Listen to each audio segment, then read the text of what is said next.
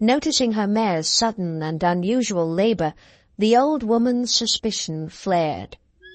With trembling hands, the old woman reviewed the barn's security footage, one that made her blood run cold. "No, this can't be," she whispered, her chest tightening with dread. Goldie reared back, her hooves slamming against the stall's wooden wall with a deafening crack. Charlotte flinched but didn't retreat. Instead, she inched closer, her hand outstretched. "Easy, girl. Easy," she whispered, her voice trembling but soft. The mare's wild eyes locked onto her for a fleeting second before Goldie thrashed again. Charlotte stepped forward instinctively, and that's when it happened. A sharp jolt of pain shot through her arm as Goldie's hoof clipped her wrist. Charlotte stumbled back, clutching her hand, her breath caught in her throat. "Damn it!" she hissed, glancing down. Blood trickled from a small but deep gash near her wrist. "Goldie, stop it!" Charlotte's voice cracked as she darted forward, barely dodging a splintered plank of wood the mare had kicked loose. The stallion's hooves pounded against the floor, each strike echoing through the barn like a gunshot. Goldie reared up, her eyes wild and rolling, the whites flashing as she let out another piercing scream. Charlotte clutched the edge of the door, unsure whether to approach or retreat. This wasn't normal. Goldie was usually calm, a steady, dependable mare. But now she looked like a trapped animal, her drenched coat glistening under the dim light. The mare stomped again, sending her feeding trough skittering across the barn, the sound of its metal scraping against the concrete making Charlotte wince. "Something's wrong," Charlotte muttered, fumbling for her phone. Her hands shook as she dialed. The moment Dr. Miller picked up, she didn't wait for pleasantries. "Doctor, you need to get here now. Goldie's going crazy. She's tearing the place apart." "Calm down, Mrs. Kastner." His voice was steady but urgent. "Is she injured? Can you see any blood?" "No, it's not that." Charlotte pressed her palm against her forehead, trying to make sense of the chaos. "She's in pain, but there's no reason. She hasn't been near any other horse. I don't understand what's happening." "I'll be there in 20 minutes. Stay with her, but don't get too close." The call ended, leaving Charlotte with nothing but the sound of Goldie's ragged breathing and the sharp clatter of hooves on the stall floor. She gritted her teeth and stepped closer, holding her hands out in a gesture of reassurance. "It's okay, girl. It's okay." Her voice trembled as much as her hands. Goldie snorted, flaring her nostrils, and slammed her body against the side of the stall. The whole structure shook, dust cascading from the rafters. Charlotte stumbled back, fear coiling tight in her stomach. Dr. Miller arrived faster than she'd expected, pulling up in his mud-splattered truck. His weathered face was set in a grim line as he hurried into the barn, a bag slung over his shoulder. "She's over there," Charlotte said, gesturing with a shaky hand. "I don't know what's gotten into her, Doctor. She's not herself." Dr. Miller nodded and approached Goldie with practiced calm. The mare's ears twitched toward him, her movements still frantic, but slightly less erratic. He spoke softly, his words a soothing hum that even Charlotte couldn't quite catch. Slowly, he extended a hand to touch Goldie's neck. The mare flinched, but didn't bolt. "She's in distress," Dr. Miller muttered, running his hands along Goldie's body, checking her limbs, her pulse. His movements were deliberate, clinical, but when he pressed gently against her swollen belly, his face darkened. "Mrs. Kastner," he said, his voice low but sharp, "I think Goldie's in labor." Charlotte blinked, the words not making sense at first. "Labor? That's not possible." "I'm telling you what I'm seeing." He looked up, his gaze steady but grim. "She's showing all the signs." "No, you don't understand," Charlotte said, stepping closer, her voice rising. "Goldie hasn't been near a stallion, not once. She hasn't left this property in over a year." Dr. Miller didn't argue. He simply gestured to Goldie's heaving sides. "Then you explain why her belly's contracting like that, or why she's acting like this. Ma'am, your mare's about to foal." Charlotte opened her mouth to protest, but the words wouldn't come. She'd noticed Goldie's belly getting larger over the past months, but she chalked it up to bloating, a minor digestive issue. Nothing serious. But now... A piercing cry from Goldie snapped her out of her thoughts. The mare buckled, her legs trembling as she sank to the floor. Dr. Miller sprang into action, rolling up his sleeves and barking orders. "Keep her calm, Mrs. Kastner. Talk to her. Hold her steady if you can." Charlotte hesitated, then crouched beside Goldie's head. The mare's eyes were wide, filled with something raw and unnameable. Charlotte reached out, resting a hand on Goldie's damp neck.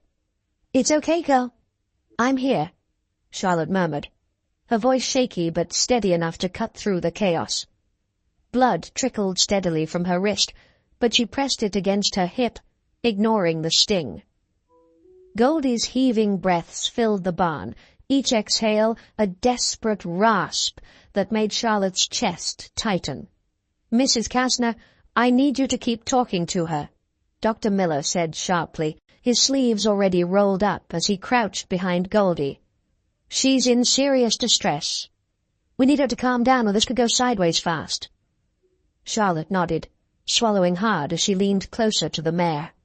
Goldie flinched at first, her ears flattening against her head, but Charlotte didn't back away. "You've got this, sweetheart," she whispered. Her fingers trembled as they smoothed over Goldie's neck. "You're the strongest girl I know. Just a little more." Dr. Miller's hands worked methodically, his face lined with concentration. "The foal's positioned wrong," he muttered, mostly to himself. "It's going to take time." The barn was thick with tension, the kind that pressed down on your chest and made it hard to breathe.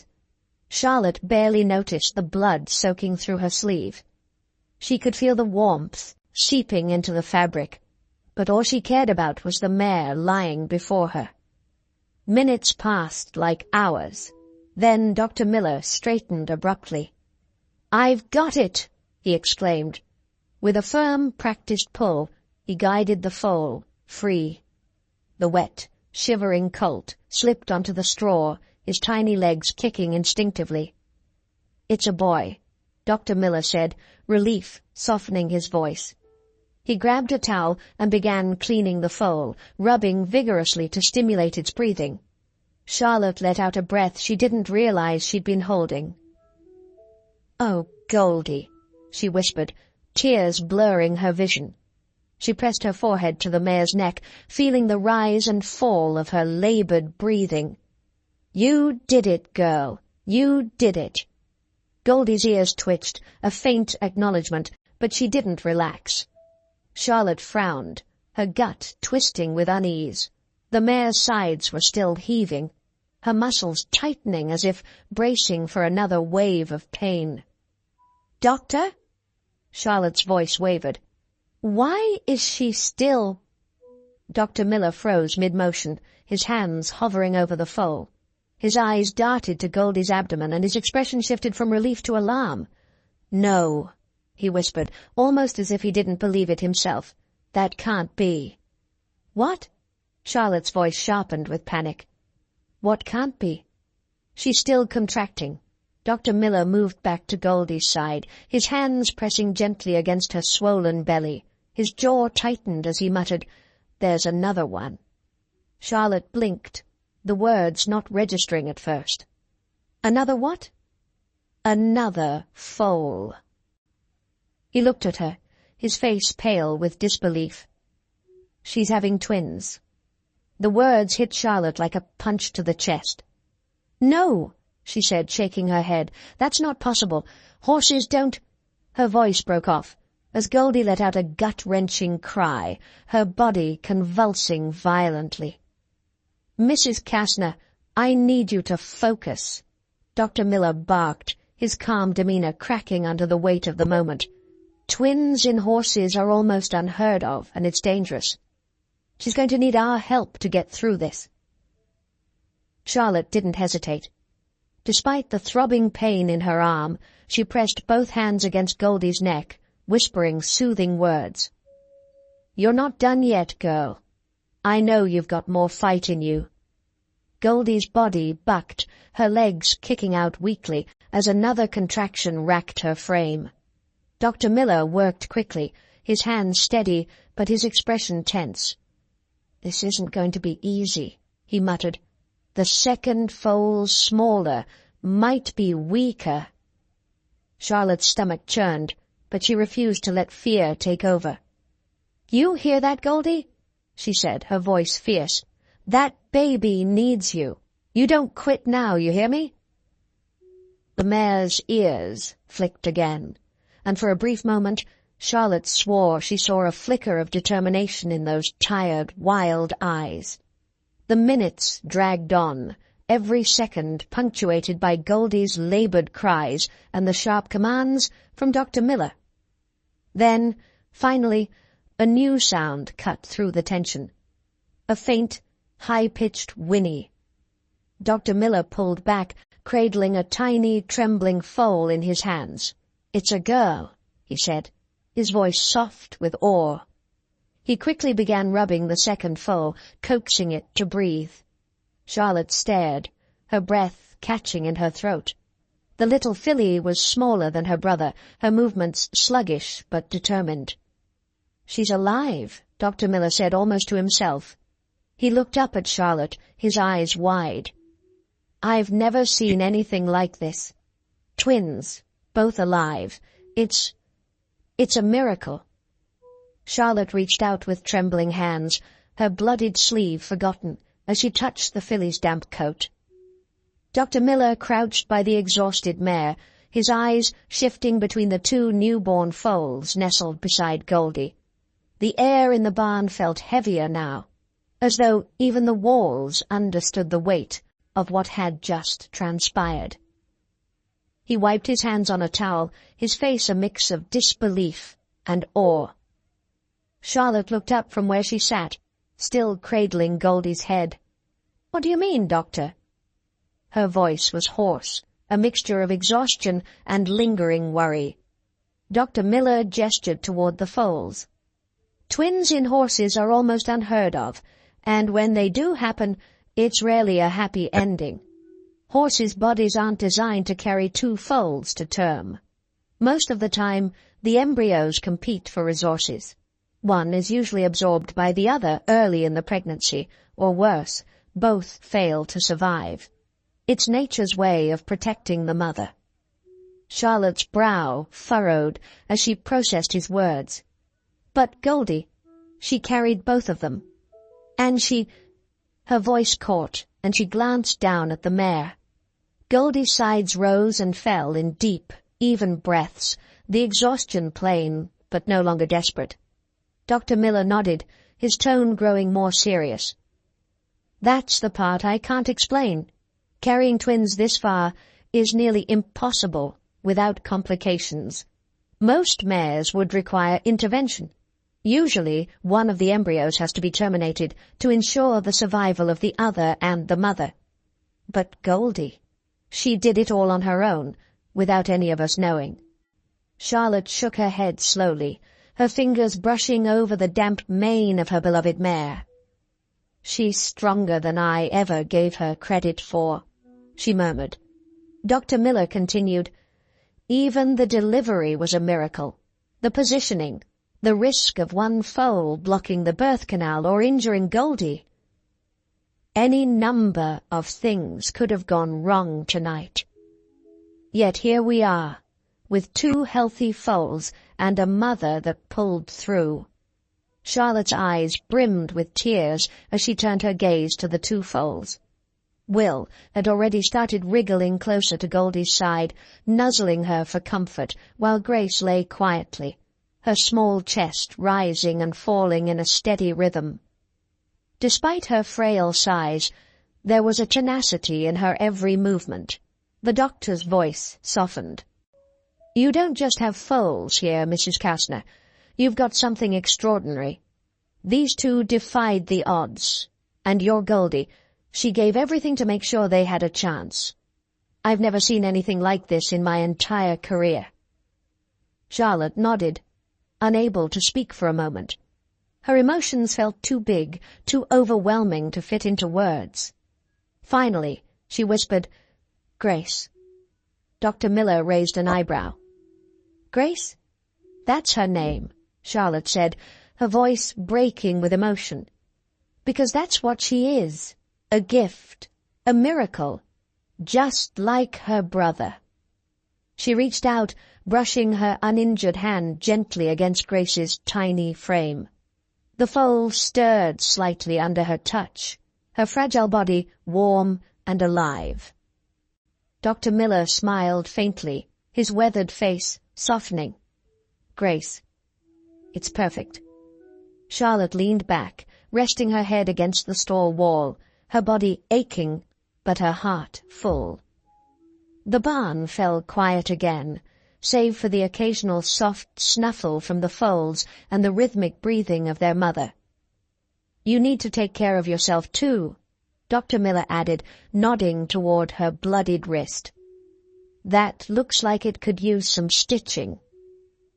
She glanced down at the makeshift bandage she'd wrapped around her wrist hours ago. The pain was there, sharp and insistent, but she waved it off. "I'll take care of it later. Goldie and the babies come first."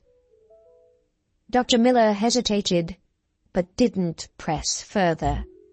He knew better than to argue with Charlotte when her mind was set.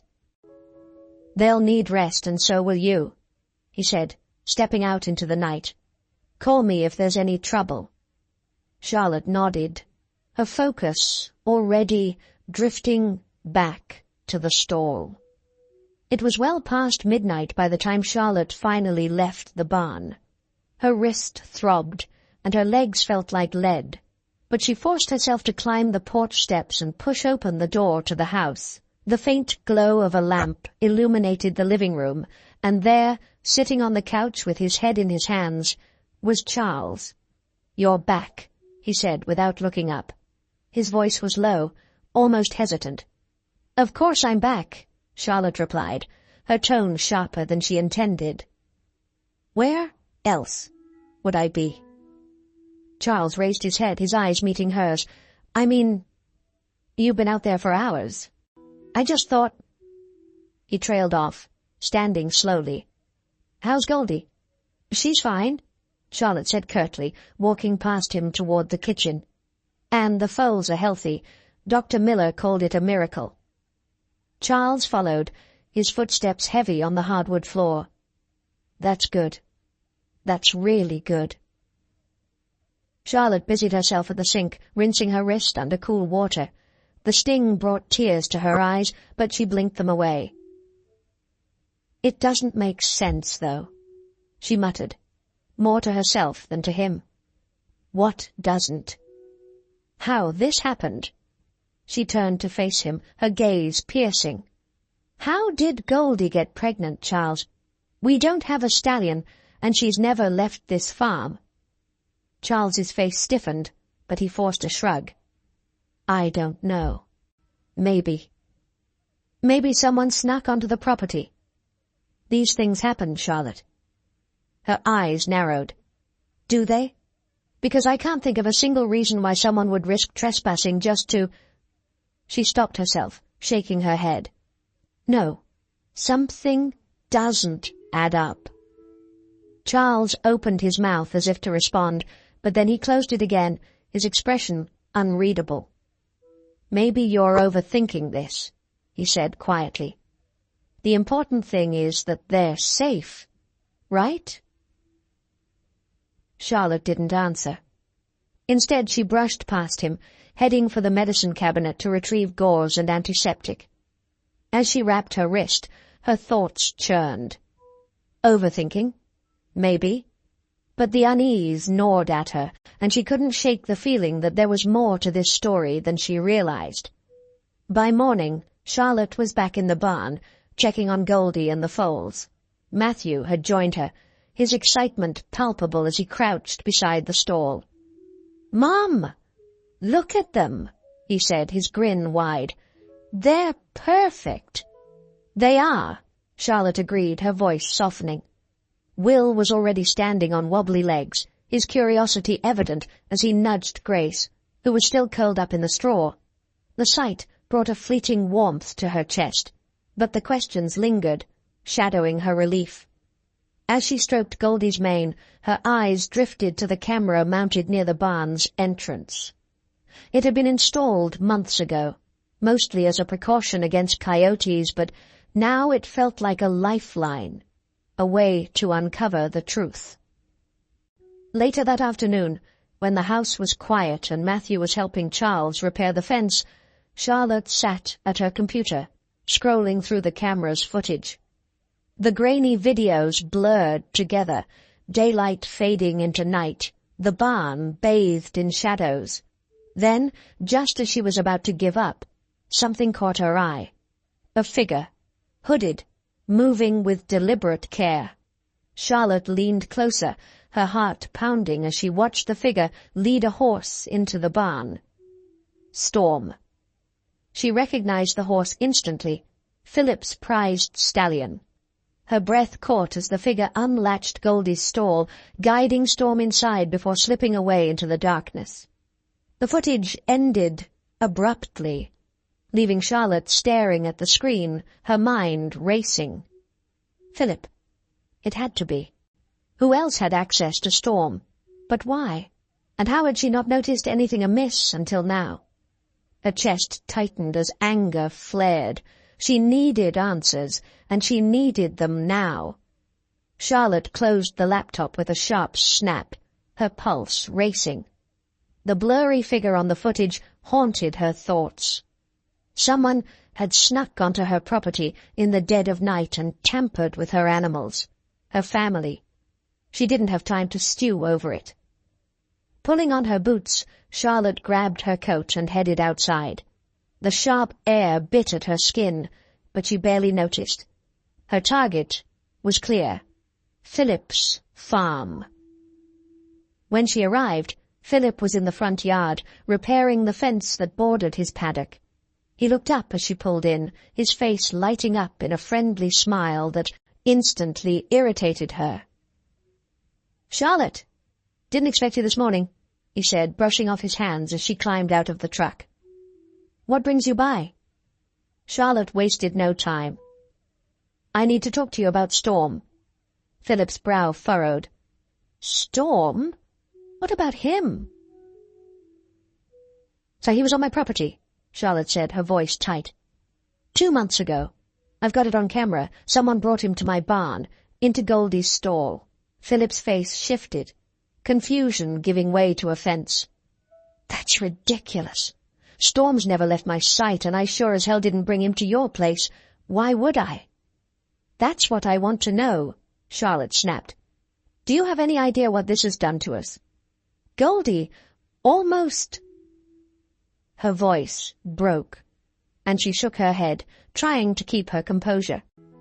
"She gave birth to twins last night, Philip. Twins. Do you know how rare and dangerous that is for a horse?" Philip held up his hands, palms outward. "Charlotte, I'm sorry about Goldie, truly. But I didn't do this. Storm's been here the whole time. Ask anyone. I've got no reason to mess with your animals." Charlotte stared at him, her breath shallow. "You're telling me you had nothing to do with this?" "Not a damn thing," Philip said firmly. "I was at a dinner party the night you're talking about. You can call them yourself if you don't believe me." Her stomach sank. If it wasn't Philip, then who? The footage was clear. It was Storm in the video. But Philip wasn't lying. She could see it in his face. She turned without another word, her mind racing as she climbed back into her truck. By the time she returned home, Charlotte's unease had only deepened. Back at the barn she found Matthew and Charles tending to the foals. Grace wobbled on unsteady legs, leaning into Charles as he guided her toward a shallow trough of water. Will pranced nearby, full of the vigor of a newborn. "Mom, look at Grace," Matthew called, grinning. "She's getting stronger." Charlotte forced a smile, but her mind was elsewhere. That evening, Charlotte returned to the footage. She replayed the clip, focusing on the figure's movements. The gait was uneven, the right leg slightly slower than the left. Her breath hitched. It was too familiar, too distinct. Her hands trembled as she clicked through other clips, her mind racing. If her suspicion was right. "No," she whispered, shaking her head. "It can't be him." But doubt had already planted its seed, and it grew with each passing second. Charlotte pushed back from the desk and headed straight for Charles's workshop, her footsteps heavy with a mix of dread and determination. Inside, the familiar scent of oil and wood filled the small space. Her eyes scanned the cluttered room, lingering on the shelves crammed with tools and boxes. Her hand trembled as she pulled open the nearest drawer. At first, there was nothing unusual, just wrenches, screws, and old receipts. But then, in the next drawer, she found them. A pair of worn gloves lay crumpled at the bottom, the fabric stained with dried grass and flecks of mud. She picked them up slowly, her fingers brushing over the grime. Her stomach churned. Clutching the gloves, she turned to the coat rack by the door. Charles's old barn jacket hung there, the one he wore on chilly mornings. She rifled through the pockets, her pulse quickening. Her fingers grazed something metallic. Pulling it out, she stared at the object in her palm. A key, smudged with dirt. Charlotte gritted her teeth, anger rising like bile in her throat. She knew this key. It was the spare for the barn, the one that had gone missing months ago. Her gaze locked on the stack of papers she'd just uncovered. The faded logo of a local casino was stamped on the topmost receipt, along with an amount that made her stomach churn. Beneath it were several IOUs, hastily scrawled, and each one a damning piece of evidence. The weight of what she'd found pressed heavily on her chest. He wasn't just in debt, he was drowning in it. She clenched the papers in her hand, her jaw tightening as she stormed back toward the house. The gloves, the key, and now this. It was undeniable. Confrontation couldn't wait. Charlotte stormed into the kitchen where Charles sat, nursing a cup of coffee. He looked up, startled, as she threw the gloves and key onto the table between them. "Care to explain this?" she demanded, her voice shaking with fury. Charles blinked, his brow furrowing. "Charlotte, what?" "You lied to me," she said, her voice low and trembling with anger. Charles set the mug down, his brow furrowing. "Charlotte, I don't know what you're talking about." He glanced at the receipts and the IOUs, his face blanching. "I can explain." "Oh, I'm sure you can," Charlotte said, her tone dripping with sarcasm. "Explain how you got so deep into debt you thought risking Goldie's life was a good idea. Explain why you didn't come to me, why you had to sneak around like a thief in the night." "I did it for us," Charles shouted, rising to his feet. "For this family. You think I wanted this? You think I enjoyed having to make that choice?" Charlotte's laugh was bitter and sharp. "For this family. Don't make me laugh, Charles. You didn't think about this family. You didn't think about me or Goldie or those foals. You thought about yourself, about saving your own skin." His face darkened, his hands clenching at his sides. "And what about you, Charlotte? You've been so wrapped up in that damn horse, you don't even see what's happening around you. Do you even care about this family? Or is Goldie the only thing that matters to you?" Charlotte's breath caught in her throat, but her resolve didn't falter. "Don't you dare turn this around on me," she said, her voice icy. You think I care about Goldie more than this family? Let me tell you something, Charles. Goldie is part of this family. She's been there through everything, every hard season, every setback. She's never lied to me, never betrayed me. She gives everything she has without expecting anything in return. Can you say the same? Charles opened his mouth, but no words came out. Charlotte pressed on, her voice cracking with emotion. I fought for her last night, Charles. I bled for her. She gave birth to 2 miracles, and you almost took that from her. For what? To cover your gambling debts? To clean up your mess? You risked her life and theirs, and now you want to stand here and blame me. Charles lowered his gaze, his shoulders sagging. I didn't mean for it to go this far, he said quietly. I thought if the foals sold for enough, it could fix everything. I could fix everything. You can't fix this, Charlotte said, her voice softer but no less firm. Not with money, not with excuses. You broke my trust, Charles. And worse, you broke my heart. Tears welled in her eyes, but she refused to let them fall. She turned away, clutching the edge of the counter as she steadied herself. When she finally spoke, her words were calm and measured, but they carried the weight of finality. You need to leave, she said. I can't have you here right now, not after what you've done. Charlotte, please, he said, his voice pleading. This is my home too. Not any more, she replied, turning to face him. You made your choice, and now I'm making mine. Goldie and those foals, this family, deserve better than this. Charles stared at her, his face a mixture of anger, guilt, and desperation. But he must have seen the resolve in her eyes, because he didn't argue. Instead, he grabbed his coat and headed for the door. He paused briefly, as if waiting for her to call him back. But when the silence stretched on, he opened the door and stepped outside. Charlotte rubbed her hands together, the early morning chill biting at her skin. The barn smelled of fresh straw, and the faint, sweet musk of Goldie. Will pranced in the corner, his legs long and wobbly, but brimming with energy. Grace lay beside her mother, her small frame rising and falling with each shallow breath. Morning, girl, Charlotte whispered, kneeling beside Goldie and running her hand over the mare's soft coat. Grace stirred slightly at the sound of her voice, lifting her head just enough to nuzzle Goldie's side before settling back down. Dr. Miller arrived a short while later, his well-worn medical bag swinging at his side. He crouched beside Grace, his practiced hands moving over her frail legs. She's improving, he said with a nod. Slow but steady. You've been doing a good job with the supplements. Charlotte smiled faintly, her eyes never leaving Grace. It's her spirit, not mine. She's fighting so hard.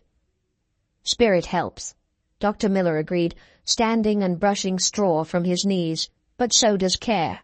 Keep up with the leg massages, and she'll get there. The next few weeks blurred into a steady rhythm of work and care.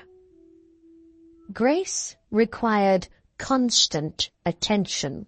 Her feeding schedule was strict, and Charlotte spent hours massaging the filly's legs as Dr. Miller had instructed. Will, by contrast, was a whirlwind of energy, darting around the stall and poking his nose into everything. It was exhausting, but every tiny improvement in Grace felt like a victory.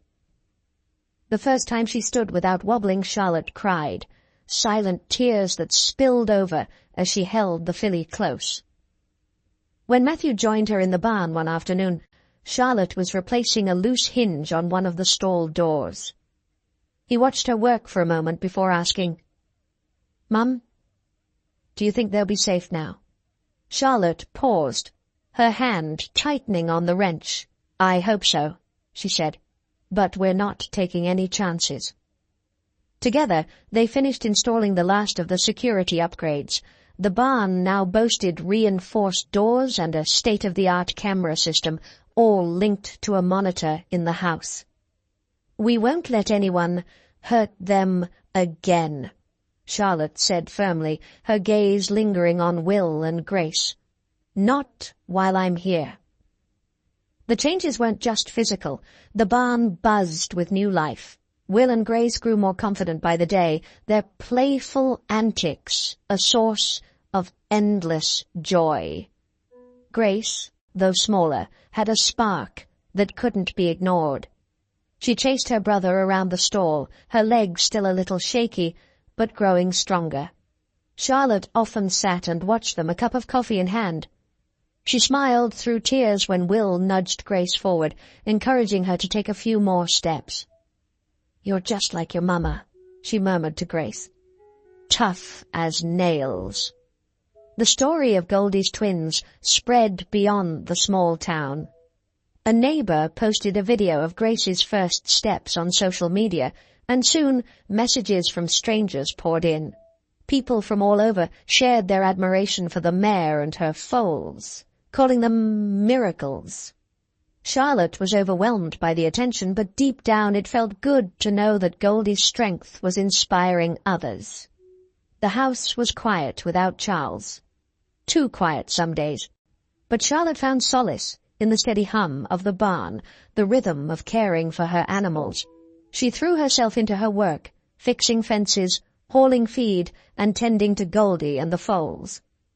One evening, as she brushed Grace's coat, Philip appeared at the barn door. "Need a hand?" he asked, holding up a bag of oats. Charlotte hesitated, then nodded. "Thanks." Philip set the bag down and leaned against the stall door, watching as Will trotted in circles around Grace. "They're something special, aren't they?" "They are," Charlotte said softly. She glanced at Philip, her voice wavering. "Thank you for helping out." He shrugged. "Least I can do after the mess I caused." "It wasn't your fault," she said, though the memory of her confrontation with him still stung. "I jumped to conclusions. I'm sorry." Philip waved her apology away. "You had every right to be upset. If I'd been in your shoes, I'd have done the same." They worked in companionable silence for a while, the tension between them easing. Philip's presence became a regular occurrence, and his support felt like a lifeline during the loneliest moments. Despite the progress in the barn, the weight of Charles's betrayal lingered. Late at night, Charlotte would sit at the kitchen table, staring at the empty chair across from her. She hated him for what he'd done, but she couldn't deny the years they'd spent building the farm together. When Matthew asked if she missed him, she hesitated before answering. "I don't know," she admitted. "I miss the man I thought he was. But the man who did this, I don't know if I can forgive him." Her son nodded, his expression thoughtful. "Maybe he didn't mean to hurt us, Mom. People make mistakes." Charlotte sighed, her heart heavy. "Mistakes are one thing, Matthew. But trust is everything. Once it's broken, it's hard to put back together." In the quiet moments, Charlotte began to dream of a new purpose for the farm. Watching Will and Grace thrive, she realized the potential their story held. "We could turn this place into something bigger," she said one evening, sketching plans on a notepad. "A sanctuary for animals, maybe. A place where people can learn about care and resilience." Matthew leaned over her shoulder, nodding. "That sounds amazing, Mom." "It won't be easy," she said, her voice tinged with both hope and trepidation. "But it feels right." The idea took hold quickly. Philip offered to help with the logistics, and Matthew threw himself into preparations. For the first time in months, Charlotte felt a flicker of excitement for the future. The scars Charles had left behind still hurt. But the farm, and the family she'd built around it, was stronger than ever.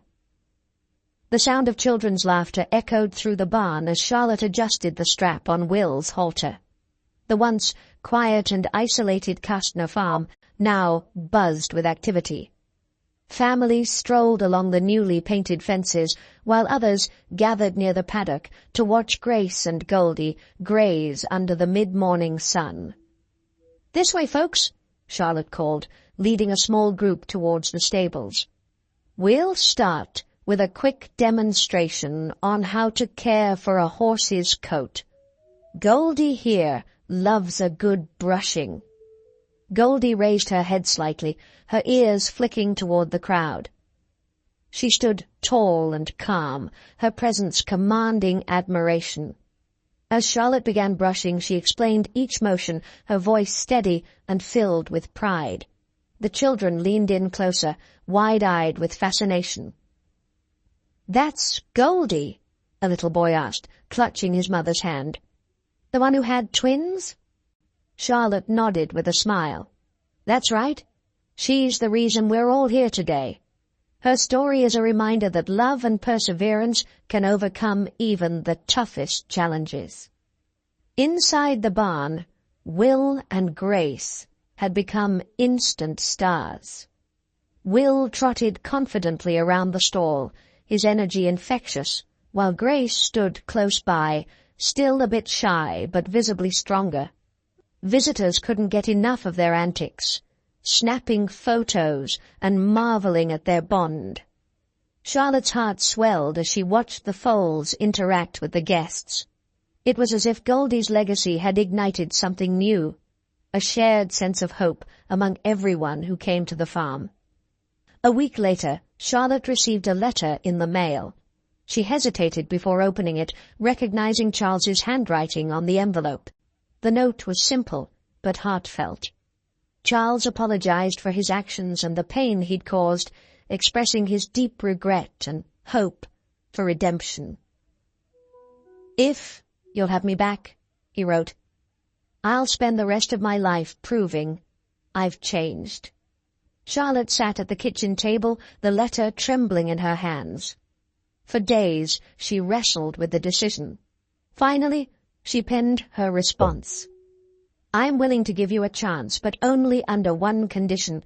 You must show me, not just tell me, that you've changed." As word of Goldie's miraculous twins spread online, more visitors arrived at Kastner Farm. Videos of the foals' playful escapades and Goldie's calm, nurturing demeanor went viral, drawing attention from animal lovers and sponsors alike. "Your story is an inspiration," one guest told Charlotte, handing her a small donation. "It's a reminder that even in hard times, miracles can happen." Charlotte's chest tightened with gratitude. The farm, once on the brink of despair, now thrived as a symbol of resilience and love. By early morning, the farm was alive with activity.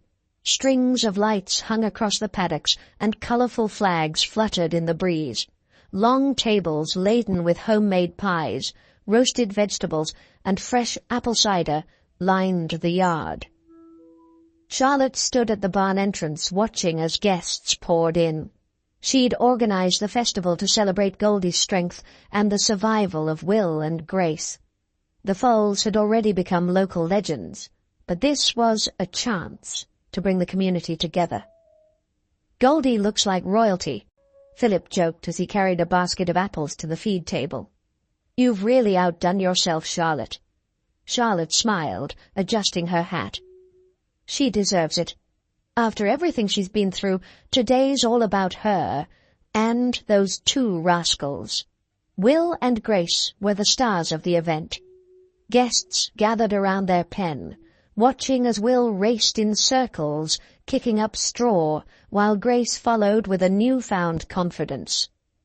"Is this the same foal you said might not make it?" one visitor asked, marveling at Grace's playful antics. Charlotte nodded, her voice thick with emotion. "She's proof that even the smallest, weakest among us can grow into something extraordinary with enough care and love." As the day stretched into evening, the barn glowed with warm light. Guests lingered over desserts, sharing stories and laughter. Near the paddock, Charles stood quietly, helping a group of children feed apples to Goldie. Charlotte watched from a distance, her emotions conflicting. After months apart, this was the first time Charles had returned to the farm. His demeanor was subdued, his actions deliberate, as if every gesture was meant to prove his sincerity. When the festival began to wind down, Charles approached Charlotte, his hands shoved deep into his pockets. He hesitated, then said, "I know I don't deserve your forgiveness, but seeing what you've done here, it makes me realize how much I've taken for granted." Charlotte didn't respond immediately. Instead, she looked out at the barn, at the people, the lights, and the horses. "It's not about what you say, Charles," she said finally, her voice calm. "It's about what you do." He nodded, understanding. Months later, the Kastner farm had become more than just a home for animals. It was now a hub for education and community, offering workshops on horse care, resilience, and the power of second chances. Charlotte stood at the edge of the paddock, watching Will and Grace gallop across the field. Will had grown tall and strong, his movements graceful and sure. Grace, though smaller, had a sharp intelligence and a knack for connecting with visitors. Behind her, Charles and Matthew worked together to repair a section of the fence. The cracks in their family were slowly healing, mended by shared purpose and hard work. Charlotte felt a sense of peace she hadn't known in years. The betrayals and hardships were still part of their story, but they no longer defined it. Instead, they had become stepping stones toward something greater. As the morning sun bathed the farm in golden light, Charlotte smiled. The future wasn't just bright, it was filled with endless possibilities. Together, they would make it shine. Hey everyone, thanks for sticking around till the end of this story. Wow, wasn't that an emotional roller coaster? Charlotte's journey in this tale isn't just about her love for her animals. It's about resilience, forgiveness, and the lengths we go to protect the things we cherish most. For me, what stood out most was Goldie's strength. She wasn't just a horse in this story. She symbolized courage and hope. Despite all odds, she gave life to two beautiful foals, and in doing so, she reminded us that even in the toughest moments, miracles can happen. But let's not forget Charlotte's struggle. Her determination to stand up for her family, both human and animal, shows us the power of love and trust. She made tough decisions, and through it all, she stayed true to her values. Even when betrayed by someone she trusted most, she chose to rebuild, not with anger, but with purpose. And that's a lesson we can all take to heart. This story also teaches us about forgiveness. Charles made mistakes, huge ones, but the way Charlotte handled it, with firm boundaries, and, eventually, a willingness to give him a second chance, is something worth thinking about. Forgiveness isn't about forgetting. It's about finding a way forward. Now, I want to hear from you. What lessons did you take away from this story? How do you think you'd handle the challenges Charlotte faced? Share your thoughts in the comments below. I'd love to discuss this with you. And if this story inspired you, don't forget to like, subscribe, and share it with someone who might need a little hope today.